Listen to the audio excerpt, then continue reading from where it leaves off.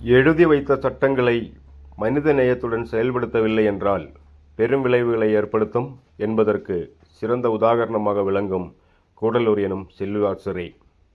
வனவிலங்குகளின் ஆக்கிரமிப்பும் உயிர் பறிப்பும் நாளுக்கு நாள் அதிகரித்து கொண்டே வருகிறது. விலங்குகளை கட்டுப்படுத்த வேண்டியவர்கள் இங்கு மனிதர்களை கட்டுப்படுத்துகிறது. வனவிலங்குகளின் மனித உயிர் பறிப்பை மனித விலங்கு மோதல் என்ற குட்டி பெயர் சூட்டி மனிதர்களை கட்டுப்படுத்த முயற்சிக்கிறது.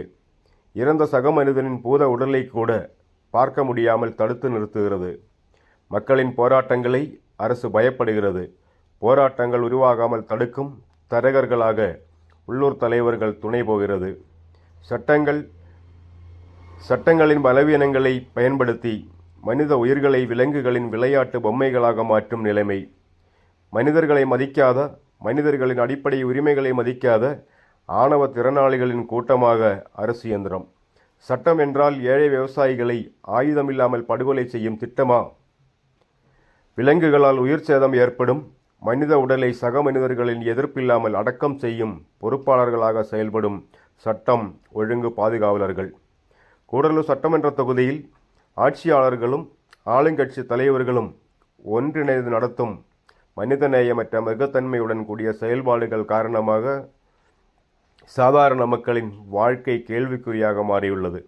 சட்டங்களை நேர்மையற்ற முறையில் செயல்படுத்துவது, மறைமுக திட்டங்களின் அடிப்படையில் மக்களை சித்திரவதை செய்வது, தட்டி கேட்பவரை வேட்டையாடுவது, மக்களை மனிதர்கள் என்றே எண்ணாமல் கேவலமாக நடத்துவது, நீதிமன்றம் அனுமதித்தாலும் அனுமதி மறுக்கும் நிலைமை.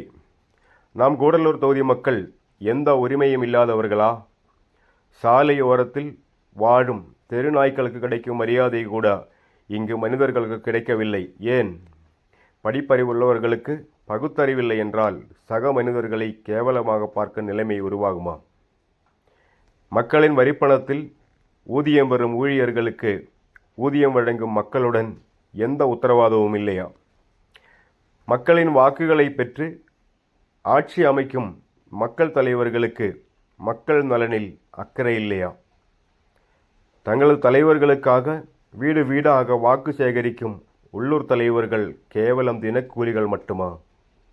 மக்களின் பாதிப்புகளை ஒலிபெருக்கியில் பேசும் கட்சிகள் ஆட்சிக்கு வந்தவுடன் வெளிப்படையாக பேசியது மற்றும் மக்களுக்கு வழங்கிய வாக்குறுதிகள் அனைத்தையும் மறந்துவிட்டு சாதி, மதம், இனம், மொழி போன்ற விடயங்களை பயன்படுத்தி மக்களின் கவனத்தை திசை திருப்பும் செயல்களில் ஈடுபடுகிறது.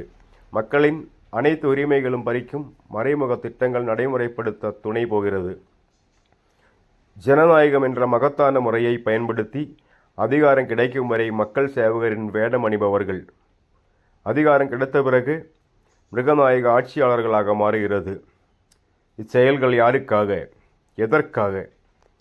மக்களை மதிக்காமல் செயல்படும் எந்த அதிகாரம் படைத்தவரும் நலமுடன் வாழ இயலாது.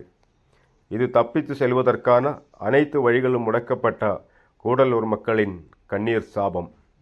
அடக்குமுறையின் அடிப்படையில் ஒரு சமுதாயத்தையும் ஒரு சமூகத்தையும் நீண்ட காலம் கட்டுப்படுத்த முடியாது.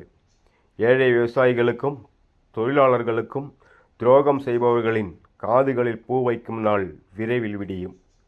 மக்களுக்காக குரல் கொடுக்க தலைவர்கள் இல்லாத தலைவர்களின் வேடத்தில் வரும் கயவர்களின் தினக்கூலிகள் மட்டுமே கூடலூர் தொகுதி வாழ் மக்கள் என்று நம்பி வரும் மக்கள் துரோகிகளுக்கு நெற்றியடியாக